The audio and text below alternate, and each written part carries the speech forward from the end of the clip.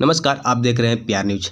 गया के हम सेकुलर के प्रदेश सचिव मुकेश मांझी हम का दामन छोड़कर बसपा के इमामगंज विधानसभा उपचुनाव में होंगे प्रत्याशी। मुकेश मांझी ने कहा कि जीतनराम मांझी मुसहर समाज के साथ सौतेला व्यवहार करते हैं। परिवारवाद और भूमिहारवाद के कारण मुसहर समाज को कोई सम्मान नहीं दिया जाता है। उन्होंने कहा कि इमामगंज विधानसभा की जनता के साथ छल किया गया है। 10 साल में जिस विकास के दावों के साथ इन्हें वोट देकर जीता हासिल किया था, वह सारे दावे फेल हो गए हैं। लोकसभा चुनाव जीतनराम मांझी को सारा मांझी समाज उनको लोकसभा भेजा और केंद्रीय मंत्री बनाया गया, लेकिन आज मांझी समाज के लिए कोई काम नहीं किया। आप सभी को चैनल से सभी दर्शकों को बहुत बहुत धन्यवाद और प्रणाम नमस्कार करते हैं। और आपका जो सवाल है कि इमामगंज उपचुनाव का हमारे कार्य और कुशलता को देखते हुए हम पार्टी में थे, तो हम पार्टी में 2.5 साल 2 साल सेवा किए, उसमें प्रदेश सचिव के पद पर रहे। लेकिन उसमें एक चीज़ है कि उनके कार्यकर्ताओं के द्वारा और उनके द्वारा जो है मान सम्मान नहीं दी जाती है।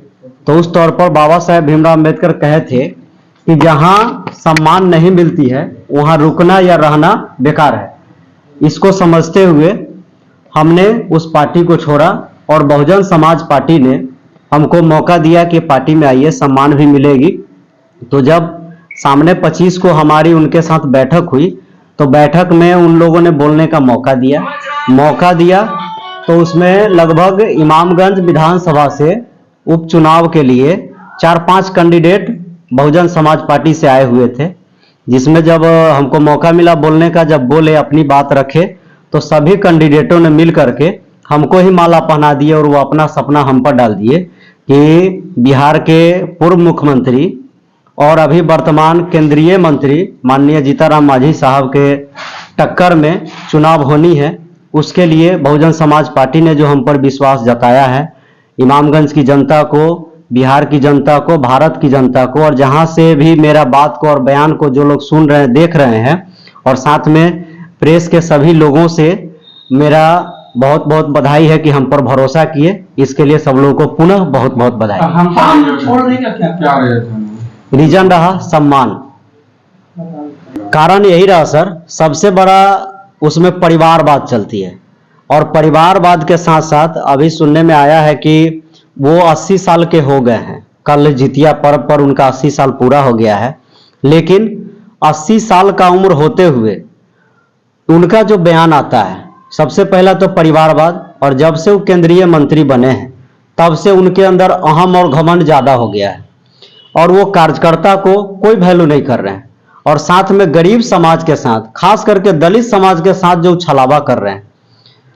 जो मुसहर भूइयां समाज है, छलावा के तौर पर यह रहा कि उपवर्गीकरण के लेकर के वो जो अनुसूचित समाज में, दलित समाज में जो अग्रे पिछड़े के लेकर के जो एक दूसरे के बीच उन्माद और विवाद फैला रहे हैं, सबसे पहले ये बहुत बड़ी गलत बात है। क्योंकि मांझी मुसहर भूइयां समाज जो है इतना दबा कुचला हुआ है कि वो खुद ही दबा कुचला हुआ है और उनका एक बयान से समाज के साथ कुछ भी हो सकता है।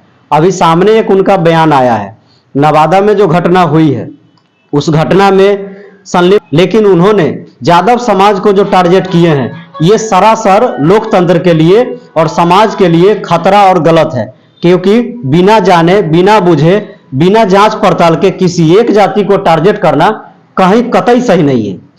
अब आप आगे क्या उनको कहा कि जो जीतनराम मांझी है वो भूमिहार है, उनका नाम के लिए जीतनराम मांझी शर्मा जो है टाइटल दिए, जबकि उन्होंने स्पष्टीकरण दिया कि हमारे बाप दादा परदादा सब मुसहर। इस पे क्या कहिएगा? उस पे मेरा कहना है सर कि अगर रियल में मुसहर, अगर मांझी समाज का नेता, अगर जीतनराम मांझी रियल में मुसहर होते, तो जितने भी नेता केंद्र में बने हैं या मुख्यमंत्री बने हैं, वो सब लोगों ने सबसे पहले अपने अपने जाति के लिए काम किया, कुछ ना कुछ किया।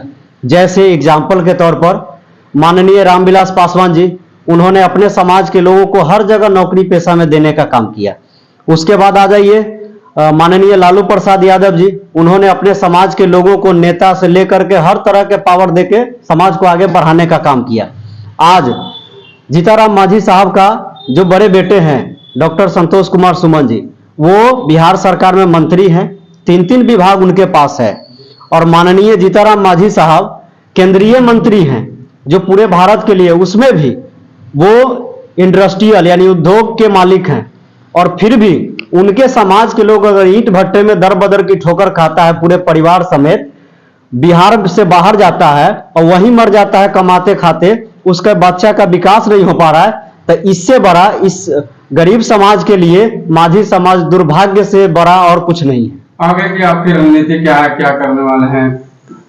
आगे की मेरी रणनीति है सर कि अपने जो समाज है या जितने भी गरीब तबका के लोग हैं उन सब लोगों को मिलाकर आगे बढ़ाना और समाज को सर्वांगीण विकास कराना, और खास करके मेरा काम बयान देना नहीं, काम करके दिखाना कौन रहेगा। पार्टी छोड़ दिए, कौन सी पार्टी ज्वाइन किए हैं? बहुजन समाज पार्टी को ज्वाइन किए। किस पद पर होंगे?